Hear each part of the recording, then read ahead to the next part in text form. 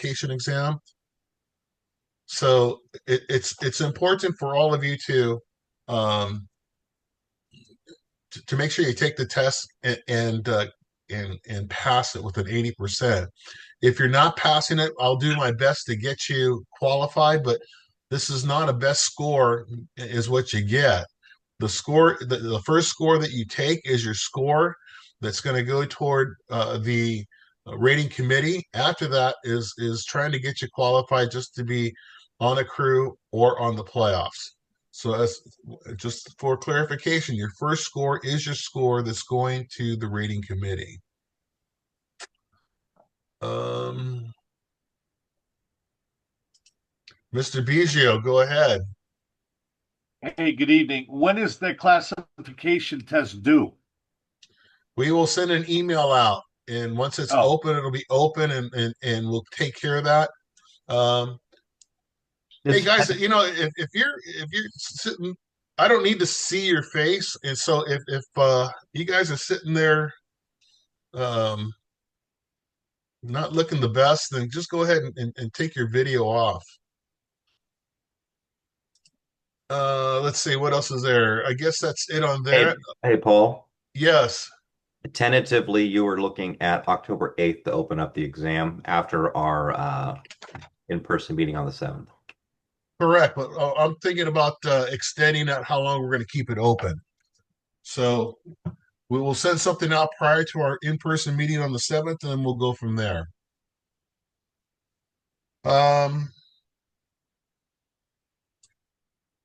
Now, as I said in my weekly notes, we are mostly missing stuff that driving coaches nuts because we're not watching what we're supposed to watch. We're wall watching. So the assortment of plays that Michael has pulled up will give a great example of what we're talking about. Um, and lastly, just Sebastian Burks has a set of 6 um, Midland radios that he's selling. They're brand new. He has the um, chargers and headpieces as well. So if you're interested in a new set of 6, reach out to Sebastian Burks. God, Cat, get. So I'm going to turn my radio. I'm sorry, my video off now. I'm going to stop sharing. How do I? Am I already stopped sharing? No, you're still sharing. I don't have to share though, or turn it off. Yeah, I can just take it. Okay, so I'm done. As unless there's any questions for me right now, then we'll go into Michael and he'll start the videos. All right, take it away, Michael. Sounds good. If y'all can turn off your cameras, that will help make the Zoom look a little better, make the videos look a little bit better. All right. Can you see my screen? Yes. Yes? Yes. Okay. All right. So Jason and I are going to walk through a set of plays today. And like Paul mentioned, the theme for tonight is going to be areas of responsibility, where we should all be watching on any given play just to make sure we're not missing any fouls. So for this first play, I want to show a great example of our headline judge up here, keeping an eye on what he's supposed to be watching. He's not watching the ball. He's watching the blocks out in front of the runner. So just a really great job, and I wanted to use this as a positive example of what we're talking about. So if we talk about initial responsibilities at the snap, right, we have trips over here in this bunch formation at the top of the screen on the head linesman side. We have one receiver at the bottom, quarterback back. So the back judge is going to be watching these 2 inside receivers, right? Our headlines is going to be responsible for the outside receiver, line judge receiver at the bottom. And then we go from there. I'm going to just play this through once, and then we can discuss.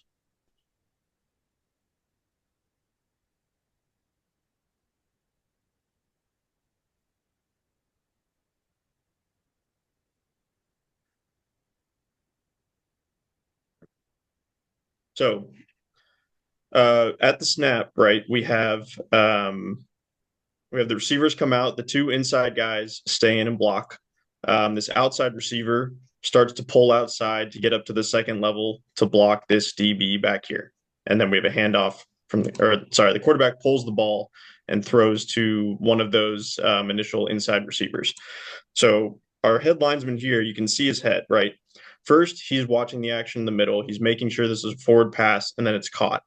And then as soon as that ball's away, he's got his punch forward, fantastic. And then as soon as this receiver has the ball, right, this receiver is not being threatened. So he turns his head and he's looking at this front block right here. Our back judge is looking up in here. Our umpire is probably looking at this block as well. He may have transitioned to this one. I'm not sure which one this umpire is looking at. But the head linesman looks up and he sees that receiver right there take down this DB right at the point of attack. He gets a flag down. He still keeps his awareness of the spot. He goes over, gets the spot, gets the ball. The one thing stopping this from being perfect is that he gets the ball instead of killing the clock here for the foul.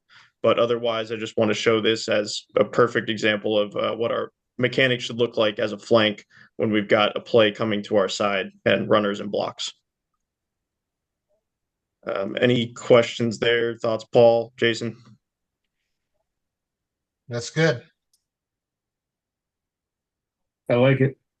I would question, I mean, the one thing is, are we, like, as a mechanic, are we punching forward on balls coming towards us as a flank official? I don't know. I mean, it doesn't hurt, I don't think, but I think typically we have a rule of thumb that, like, we punch if it's backwards. If it's forwards, we kind of, everybody assumes it's forwards unless it's incomplete, and then we're just killing it. But That's not a mechanic, no. But yeah, it can be helpful. yep, yeah, I don't think it hurts. Well, I wouldn't do it. My biggest thing is that if it's forward and it's caught, you keep playing. If it's forward and he misses it, it's an incomplete pass.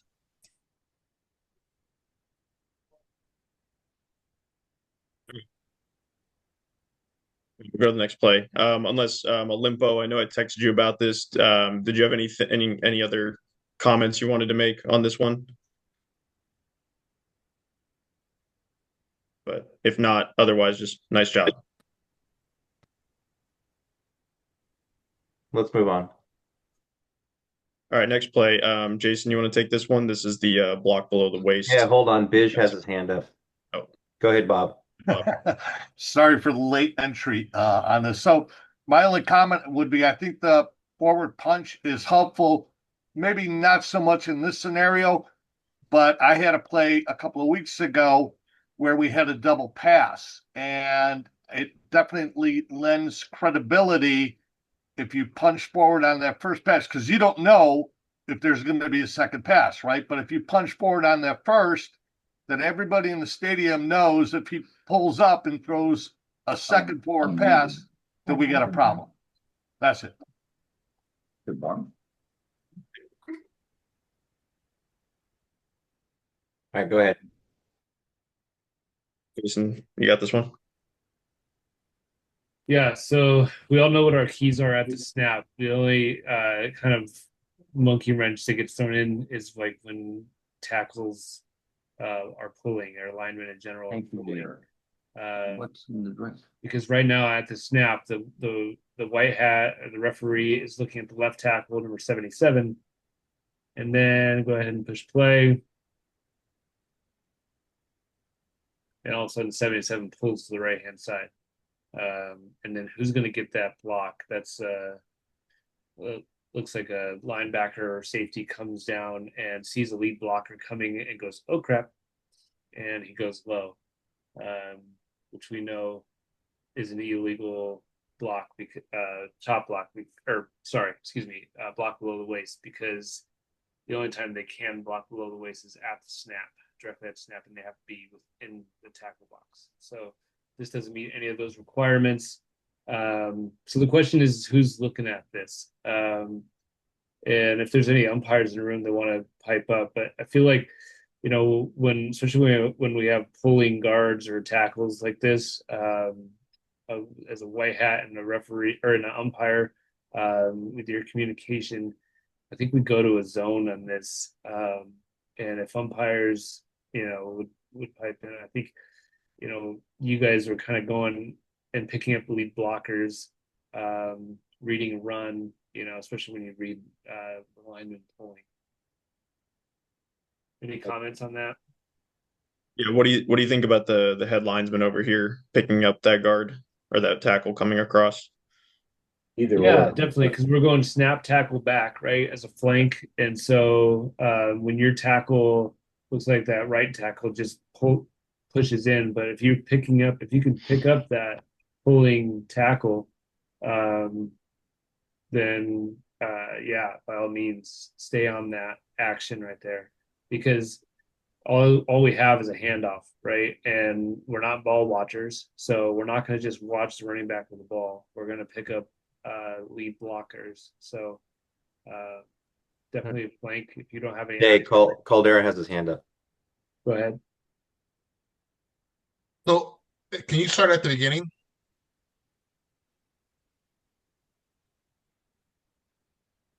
So I see Jason Trabe's comment that I'm first bringing up. Anybody knows me, first thing I do is how many are in the backfield? And I'm looking at the waistline of the center, and I'm looking at the uh, left tackle, and he's in the backfield. And I have to laugh because when he pulls, he's going behind the center without even having to try. So I have to me that's like a red flag starting out as far as on are you talking to them, get them on the line, because if you're going to pass on that, okay, I understand, but now you have to go ahead and if they're not listening, then that's a true advantage when he's trying to pull like that. So that's number one. Number two is as far as on when we're at the snap and we're talking about what are your priorities at the beginning, when as soon as you look at the two receivers on the left on the back judge's left hand side, he's off to that side already. And then once you read once you read run, then the head linesman at the top of the screen, he's no longer really worried about the receivers downfield. He's able to help out as far as on action coming toward him on the run.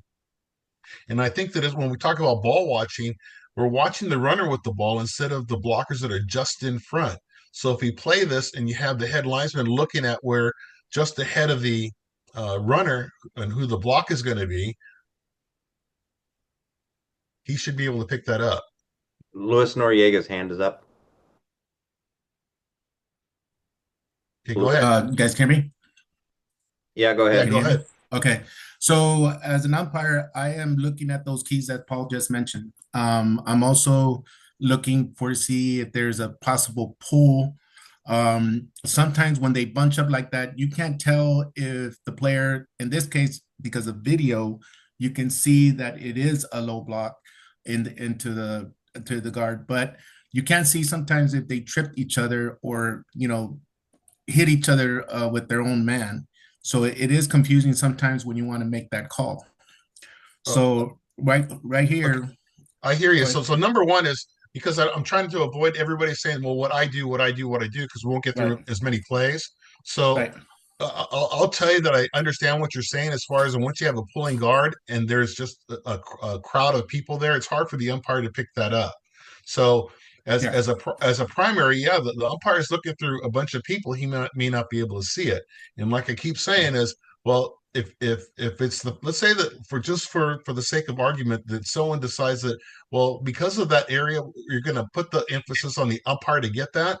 I'll kind of disagree because when that tackle's pulling and the referee's looking at the backside of the pulling, he's got a clear view. And once again, if the referee's not looking at the runner and he's looking at blocks just ahead, he can help.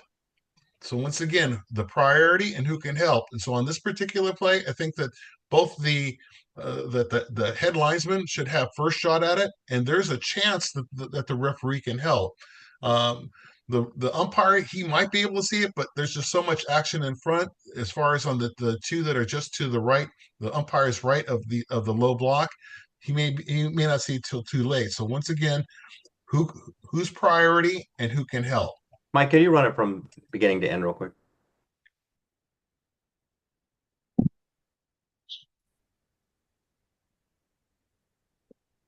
Which side is the ref on?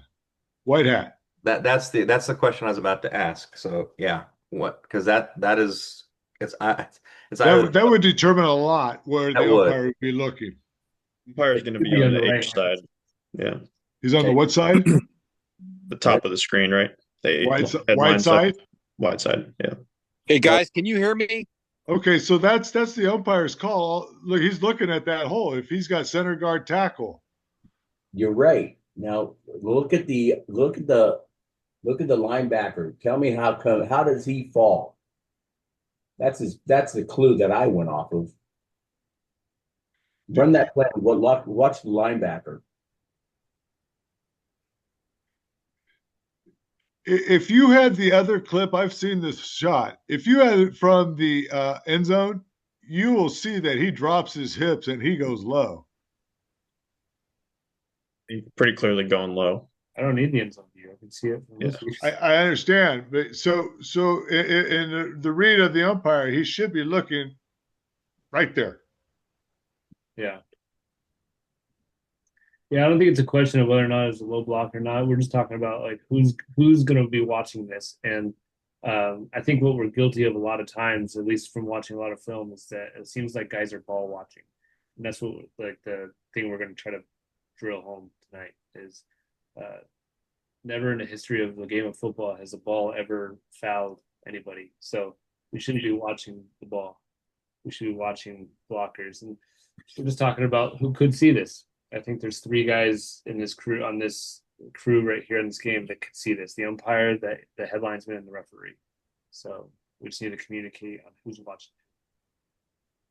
Hey guys, can you hear me? Yes, and then Daniel has his hand up. God, and I apologize just for not getting my hand up. I'm on a cell phone. So plays like this, I've been hit 3 times this year from behind, from that player that's directly behind the umpire right, particularly when that hole opens up and that running back cuts back to that short side hash. That umpire is in a kill zone. There is no place for the U to go.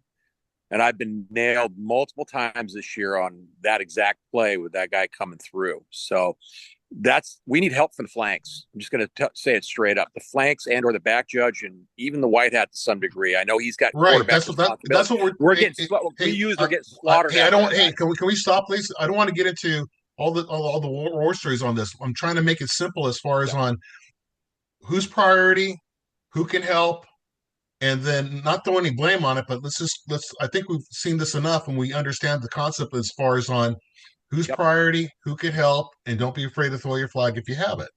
Okay, can we move on this one? Yeah, next play. All right, this one's going to be a dead ball officiating foul or discussion.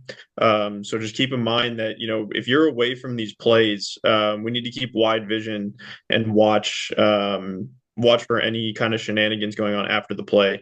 And for even some context on this one, this is a 30-point blowout. The defense, the white team here, is winning. So let's watch this.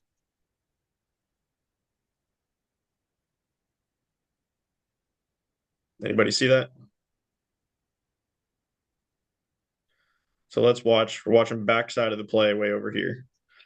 We got a pass over here, and then this DB over here on the right, he's just going to shove this guy to the ground just for fun. We want to see that, and I would expect our headlinesman here to catch that. Headlinesman, don't really have, I know you're coming up to get a spot, but at the same time, your partner here on this side is going to be the primary because it's on their side of the field. So we need you to keep wide vision, and you're probably looking right through that push to see the ball carrier. So we'd want you to see that, and then flag this for a UNR or personal foul, however you want to call it. So again, just wide vision when you're not, you don't have really anything else going on. Look for that dead ball stuff. Anything else, Paul?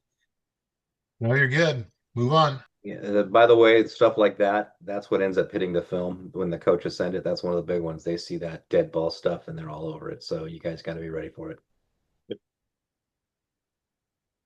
All right, Jason, you got this one? Yes, this is going to be a punt play with the umpire in the defensive backfield, and there's going to be a lot of action right at the line of scrimmage. And then, yeah, let's just talk about who are our keys. I think our flanks are looking at gunners going downfield, which doesn't look like we have like clear gunners, like wide receivers here. Everybody's bunched up on the line. So just, hesitate and watch to see who breaks through. And then I think the flanks need to pick that up, and then the umpire will stay with the action more on the inside, and then let the action come to you. So go ahead and play it. Yeah, I'm going to play this one once at full speed, and then we'll come back because there's a lot going on.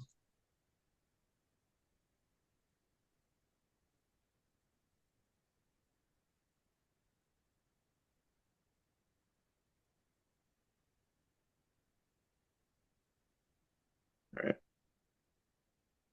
Yeah, in my opinion, I think the umpire on this play turns too fast. And then the flank, the line judge on the bottom of the screen, at least, is in too much of a hurry to get downfield. We need to pick up these blocks in the middle. So it looks like there's like two holds right there at the line of scrimmage, and right next to each other. Honestly, there might be 4 holds on this play. Almost every single interior member of the receiving team just grabs his guy. 1, 2, 3, 4, and they all just drag them to the ground. Yeah. Mike, Tony Bryant has his hand up. Oh, yeah, Tony. Yeah, I'm just concerned with what Jason was saying about the line judge.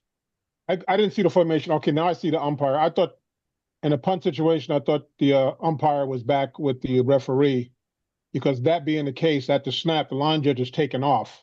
So why is he be sticking around? But I didn't see the formation until you just showed that part. Yeah, we have the umpire in the defensive backfield on this one. Yeah, I agree with what you said. Then he should stay there a little bit longer. So umpires stay there, and then the other foul that happens, this film does not pause well, but it's this action here. Watch these guys come down. You can kind of see it. We have the white player here has his hand in the face mask of the blue player, and look at our line judge here. Our line judge is looking at the returner who is not doing anything, right? He's just hanging out. Back judge has the returner and the ball.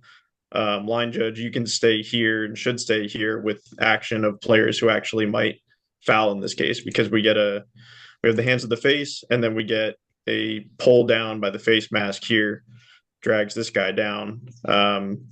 Somebody's going to need to catch that one, and that's going to be our line judge. Umpire's watching stuff in the middle. Headlines has his own gunner to worry about. So line judge, you're the one that's going to see this.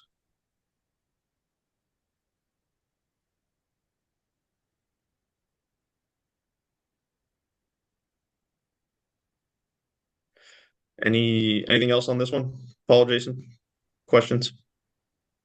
If you go from the beginning, you'll be able to see as far as that we want to keep the action in front of you. And like Michael had said, as soon as it's snap, go ahead and pause it just right now. Stop.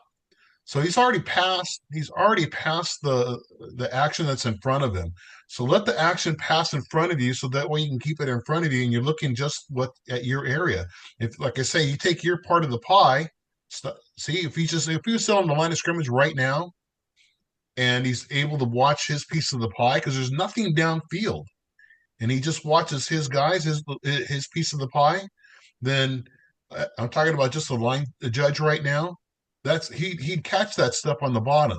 As far as the head linesman, he takes his piece of the pie. He might be able to pick up and help on that hold at the top of the screen. And as far as the referee, he's not going to be able to help too much right now, because he's already got the personal protector that's already being threatened. So the umpire and the head linesman should help or have primary as far as the hold at the top of the screen. The line judge is in too much of a hurry to leave, and he misses all the action that's in front of him, and he's worried about the receiver. So once again, if we slow down, let the action happen, and just take your piece of the pie and don't ball watch, we get this covered. Now, if you look at the play number, it's play number 88. And when they have additional punts down the road, you'll see that what happens is coaches realize that if you're not watching it, it gets ugly later. So we'll see that later as far as on if you're not watching what you're supposed to, coach says, well, shoot, we can do as much as we want. Go for it. So we'll see that later. Mike, Daniel Penrod has his hand up. Yep. Go ahead, Dan. Hey, Mike.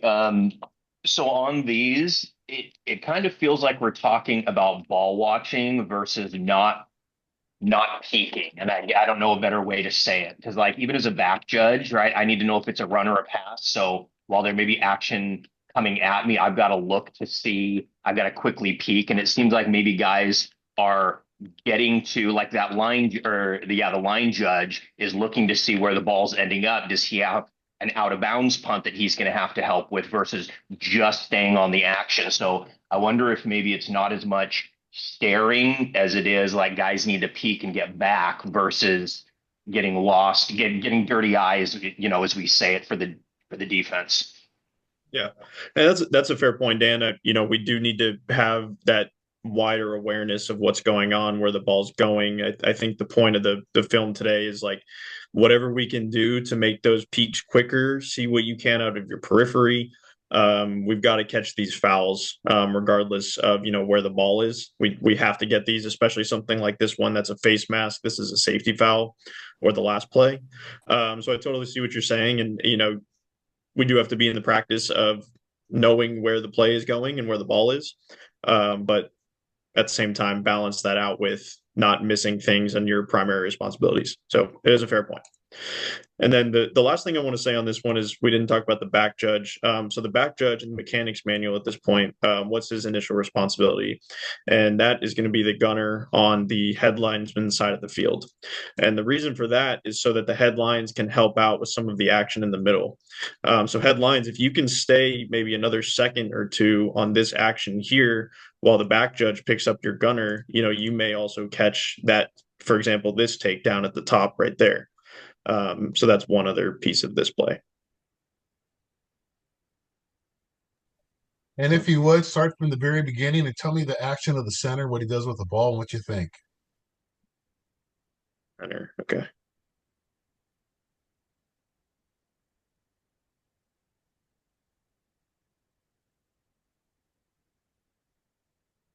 You need to back it up more. You need to back more? it. Yeah, at the very beginning. Okay.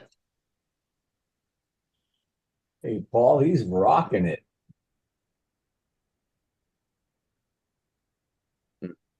Any umpires want to he comment also on this moved one? that. He moved that ball about a good half yard up. Yeah, he rocked. It's not just the umpires; both flanks have got a good view of that. Flanks too, yeah. Yeah, and my thing is, I don't care if you don't call it at the beginning, but you talk to the player, talk to the coach, and then you decide on when you're going to say, "Hey, I'm done talking," and then you call it a snap infraction. Had a freshman game, told the coach, did it again, told the coach, third time, kid got it right.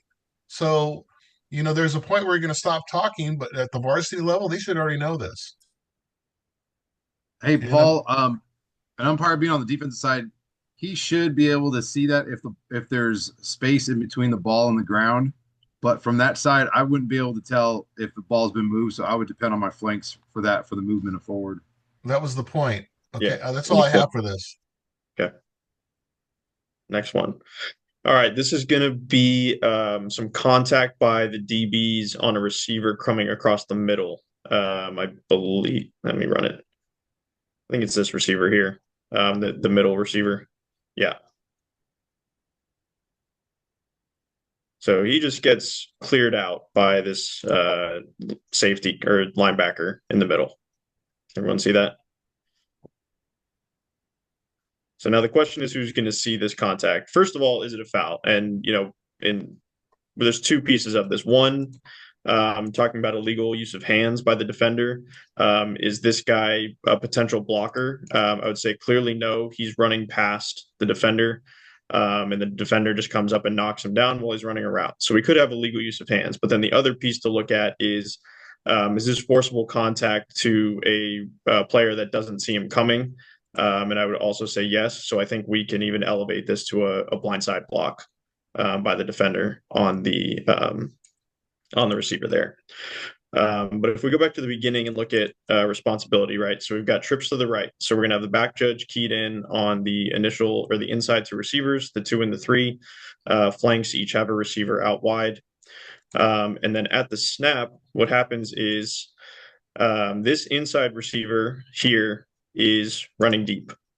So the back judge is probably primarily looking at this guy. However, what I would want a back judge to also notice here is that he's not really in danger of being fouled at this point. So if you can look through and still watch this number 2 receiver, who was one of your initial responsibilities, hopefully your eyes can get there. But if you do transition to this player here, now that he's being you got a defender close to him. Now I would think the line judge, who this guy here is his initial responsibility, 13, who's completely uncovered, not really any reason to watch him. Line judge should be looking in at this receiver who's only, a few yards past the line of scrimmage to see what happens to him, because then he gets cleared out. This guy's still free of foul, but we want a flag on this hit here, and I think the line judge is going to have the best view of that. Well put. Well said, unless there's any questions. Yep. All right, Jason. We'll move on. This one, we're going to be looking at the receiver at the top of the screen. And we got a 4th down play, 4th and 6. And let's just talk about communication between the flank and the back judge.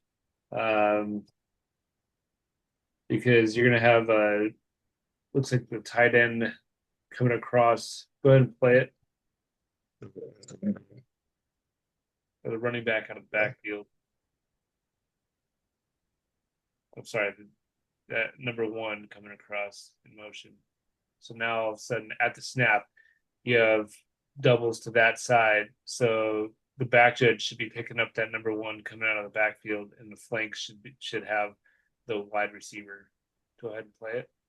So real quick, the back judge, his initial key is going to be, or initial responsibility will be the inside guy on the bottom, right on the line judge side.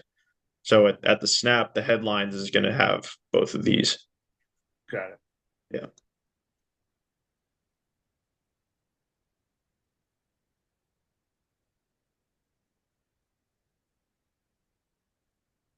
So it's a little choppy there, but we have essentially a pick play. And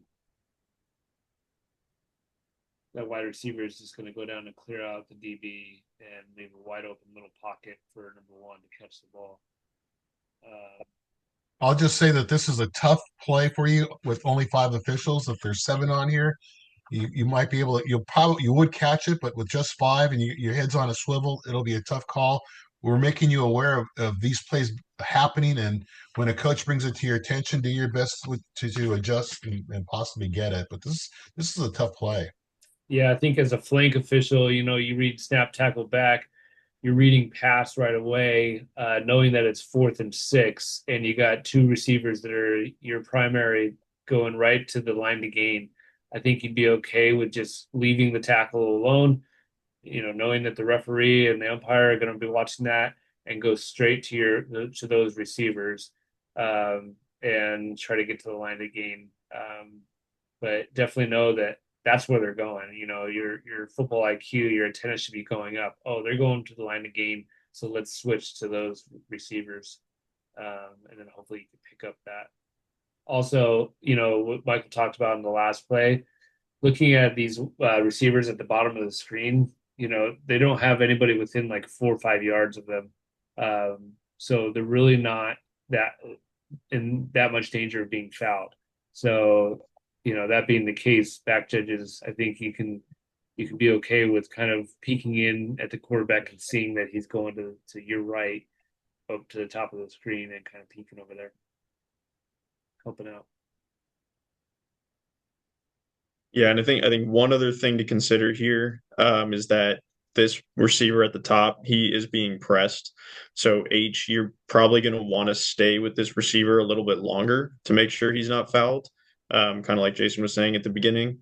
Because if you stay with this guy, then you notice, oh, that this is also my responsibility, but he's not getting fouled. I don't have to watch him. I can stick with this. Oh, there he goes. He's blocking a defender. So you might see that it looks like this flank may still be looking in the middle. And then back judge, like we said, this was your initial responsibility, completely free of foul. You should be transitioning over here, and you may or may not get there in time, right? Like Paul said, this is a really hard play for a crew of 5, but it's going to be either the back judge or the headlines that's seeing this contact.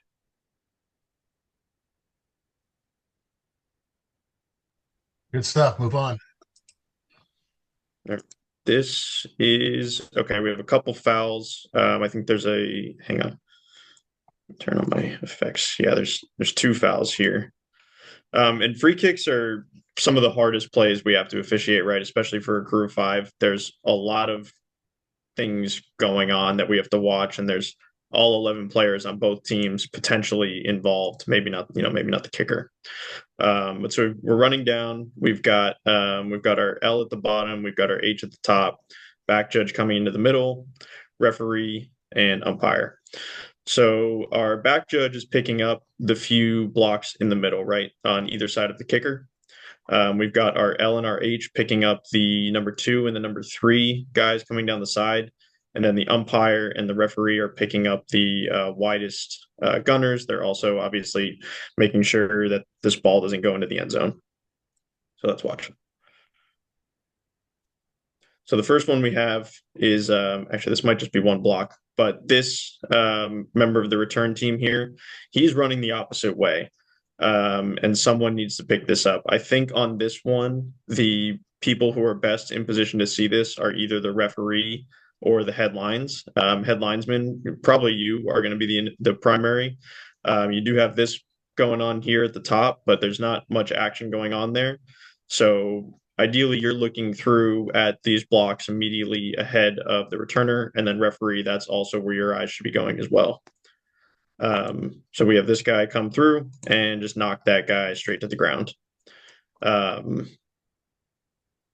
So I can't tell exactly where the referee and the headlines were looking, but I think those are the most important blocks, right? We need to have someone, one or both of you, with eyes on those blocks right there. And also, as a pre-snap routine on any kickoff, we should be thinking to ourselves, on this one, black and white. There's black is the receiving team, white's their kicking team. So in my mind, I'm telling myself, black's going to be the one that fouls. Black's going to foul. Black's going to foul. And so you're kind of looking at black. And then with that, you also are looking at guys swimming upstream, right? The old cliche adage that we talk about, guys swimming upstream. So this guy is he's just, you can tell just by the direction that he's running, he's up to no good. He's swimming, he's coming back towards the ball. He's swimming upstream. And that should catch our attention. I think one mechanic that helps on free kicks as well for our line judge and our headlines, at the kick, if you can jog down maybe 10 yards to the 40 and then just stop there and officiate, and then obviously if the runner threatens you, you can start moving, but just getting settled and watching from one spot instead of walking and officiating, I think will help a bit with our vision. It's a mechanic I've seen used, and I think it works well. As a reminder, for those who are doing 3-man mechanics, you're taking a larger piece of the pie. And what you're basically doing is you're cutting the field in half as a flank, and then everything toward you. We do have a good example of dead ball officiating here with watching this face mask from our umpire. He's not just ball watching. He sees this other action going on and gets that. So nice job.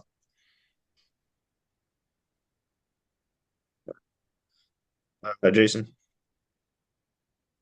All right, this one. We're going to have a sweep to the This bottom. is a hold by this receiver. That's right. Go ahead and play it.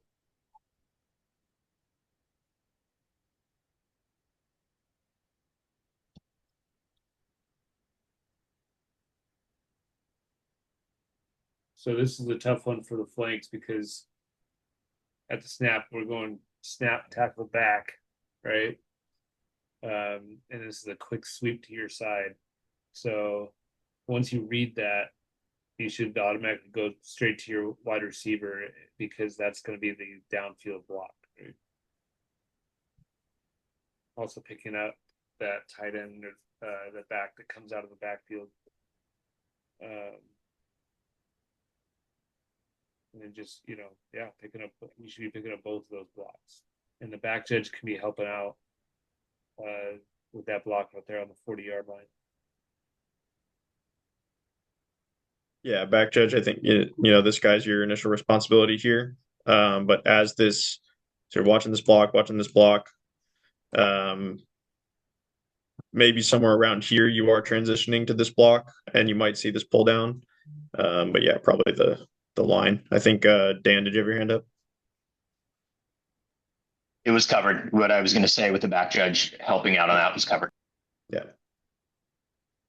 Sounds good. So yeah, just remember flanks, as soon as you can transition to those blocks in front of your runner when he's not threatened, let's get those. Paul, you good on that one? Yeah, as a reminder, once the runner has the ball, you're not watching the runner anymore. You're looking for blocks. Yep. Okay, this one is not quite a ball watching, but it's more about responsibility and mechanics. So this was an interesting play from last week where we have what looks like just three backs, right? We have the quarterback, running back. Oh, sorry, four backs. No, we have quarterback under center, two backs, and then a tight end here, clearly in the backfield. So that means this guy at the top, he's on the line. He should be on the line. And then we also have a tight end here, right? We have 5 linemen. We also have a tight end. And if this guy is on the line and this tight end is here, that means this tight end is covered up. And that means as a covered up player, we know he's restricted from what he can do on a pass play. He can't go downfield. He can't be the first to touch the pass. But let's watch what happens. So it's the inside tight end. He comes out. They do this little screen. He catches the ball and runs for a big gain. So the question is, how can we prevent this from happening? There was no flag on this play. And I think the key here is that flanks, when you have a receiver covered up like this, we need to know that, right? And we need to know specifically what the number of the covered player is. So if you need to move up a few yards or back along the line to be able to see that number, let's do that. Or if even you want to radio into the umpire or the referee and say, hey, I have a covered receiver, check the number, something like that. Whatever you need to do to get this number as a flank, because a lot happens here, right? He steps back. This receiver goes out. The tight end that was in the backfield goes to blocks. You've got a lot of other things you're watching other than this one tight end who's not really doing much. Oh, now he's running for a screen. Headlines, you're watching other things. You may not see this. So someone else is probably picking up this receiver. So we need to just know that number so that if we realize, oh, wait, this guy has the ball. What happened? We need to know that he was ineligible.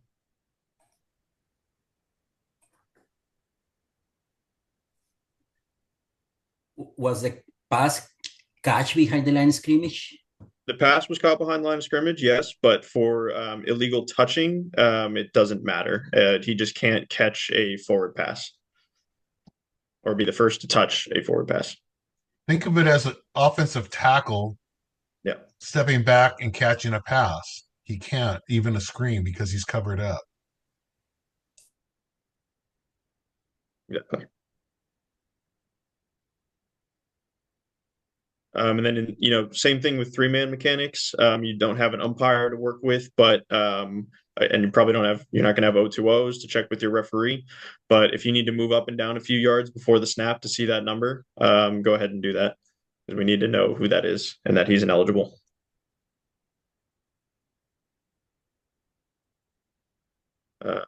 Skip that one, actually. All right, this is another punt. Actually, let me see what else. We've got about 10 minutes, right? Paul, do you need any more time or are we good? I don't. I don't know if you're up for that. We have it once we hit 7:30. We have everybody log out, and then if you want to go come in for 30 minutes and hit more plays, and those who come in just want the 30 minutes, we can do that separately. Or and then you know what? We'll just we'll cut out there's only one play that I want you to show, and that's play number 28. If you can do that of your playlist. This one. Yes. And so remember when I told you that on play early early in the game, they were holding, the defense was holding on a punt, and if you don't call it, then the coaches will just give the green light to everybody go do what you want. This is what happens, and just watch all the action that happens on how many fouls you have by blue. Just go ahead and run that.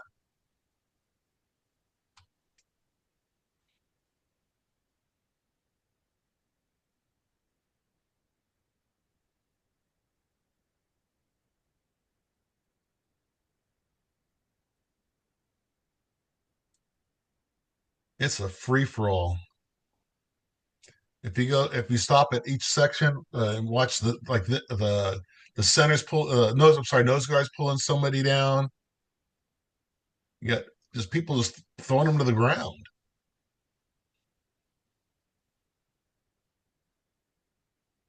Yeah, similar to the last one, there's tons of holds, and then even there's a delayed one here with these guys in the middle. He just takes him down right in front of the umpire, even. So yeah, like Paul said, if we let this go the first time, it's not going to get better. It's going to get worse.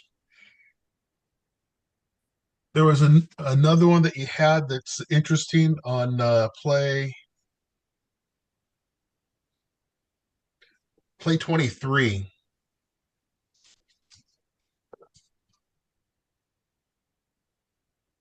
Yeah, this is a good one. I think it's one of these two receivers. No, it's actually it's the right tackle. Watch the right tackle.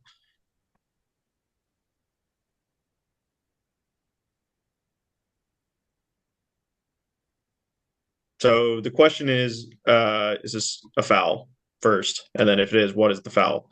So the right tackle, he lets this guy go by him. The defender turns around because the ball goes past.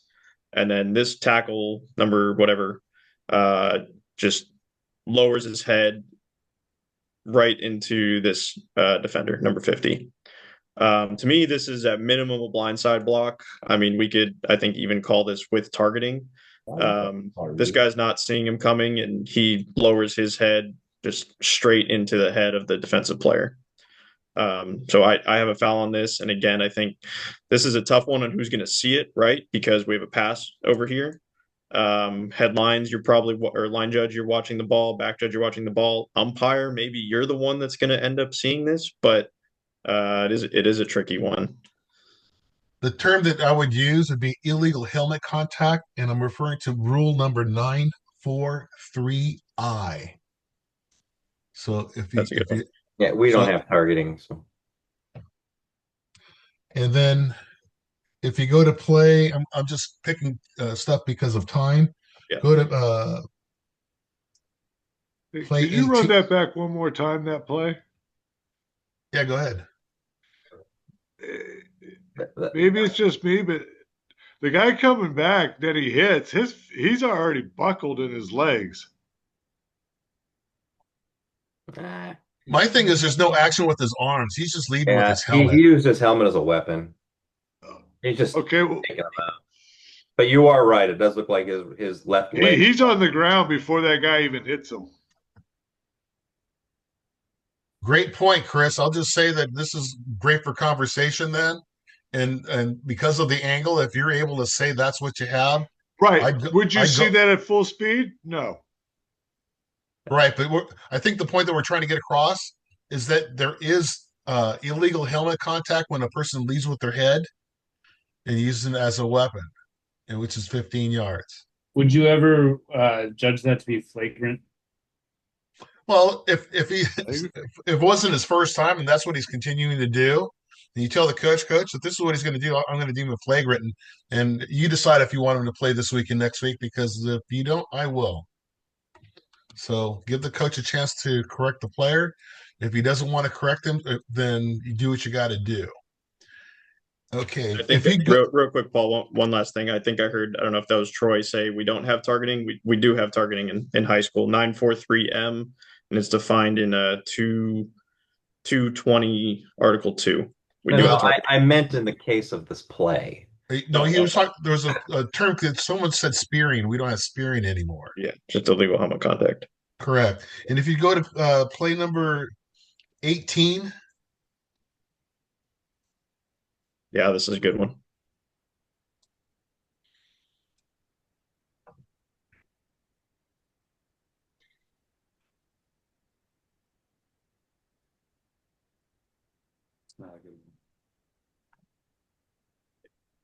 So what happens on this play, you can see the back judge here signaling incomplete. The next play is snapped from the 1 yard line. So some kind of discussion happened where this was overturned to a complete catch. I think you can tell from the film, this receiver does not go to the ground with control. As you know, the ground can't cause a fumble, but it can cause an incomplete pass. And in this case, the receiver, he makes a great play staying in bounds, but as soon as he hits the ground, that ball comes out. And the back judge does a great job. The back judge does exactly what he's supposed to do. The line judge here, whichever flank, is watching the feet in bounds. And then the back judge, his job is to watch for the ball. And back judge sees the ball come out, signals incomplete. So I'm not exactly sure what the discussion was that changed this to change the call to a completed catch, but we want to have this as incomplete. This is similar to when we had our first play of last week when we talk about the catch has to survive the ground, no cheap catches. So this is the exact same thing as when we talked about this last week, and this is incomplete all day long. And don't let the head coach, you can see him running down the sideline. Don't let him talk you into this. That's what it looks like. Looks like you talked him into it. See, he's screaming. He's already all of the 20. How do you feel about that kicker being at the 15-yard line? Also, I get it if we don't have room, but can we get that guy inside the team box? Great. I agree. So if you go from the beginning of the play too, just understand that if we have what was this? If we have as soon as the line judge reads the pass and the guy's taken off, he has the latitude to start leaving early. He doesn't have to wait till the ball crosses the line. That's the head linesman. Yeah, I think here we'd want the line judge moving downfield. And that's all I have for this play, unless you guys have something else. And we're at 7:30. That's why I'd like to wrap it up if you have anything else on this. Oh, I'm good. All right. I just have one comment. In that play where the pass is catch behind the line of scrimmage, the rule 7.17526 says pass eligibility rules only applies to legal forward pass, and the following players are eligible pass receivers mentioned in legal forward pass. Mention 50 to 79, but only mention the ends of the line of scrimmage.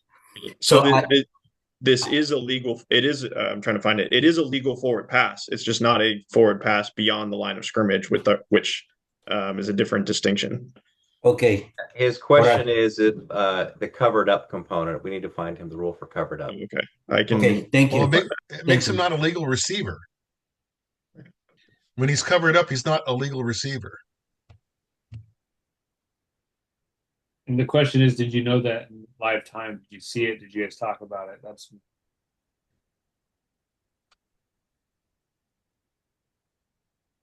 Yeah, let me try and find that rule real quick. If you guys want to drop now, you are welcome to do so. You will get credit. It's 7:31, and Paul is a stickler for being on time. So yeah, no, thank you guys. It's greatly appreciated. Hey, better notes you take. It's not just for my benefit, but for yours too, to help you retain what you've seen. And like I say, my job is to get you better. I make you look better. You make me look better. You become better officials. It's just all the way around better for everybody. So thank you guys. Thank you, Paul. Thanks, I don't Paul. understand Tony's Thank you. comment. Yeah, I just want to make a comment too, Paul. I think I love the idea of getting the number of the tight end who's covered up, and even if the white hat can cue in and allow everybody to have eyes on that, that might avoid that in the future. So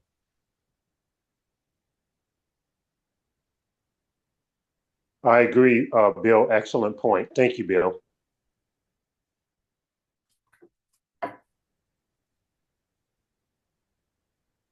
Yep, we're here to help each other on the field, right? It's like who's primary and who can help. And if you can help, do it. That's 7526A mentions specifically players on the ends of their scrimmage line.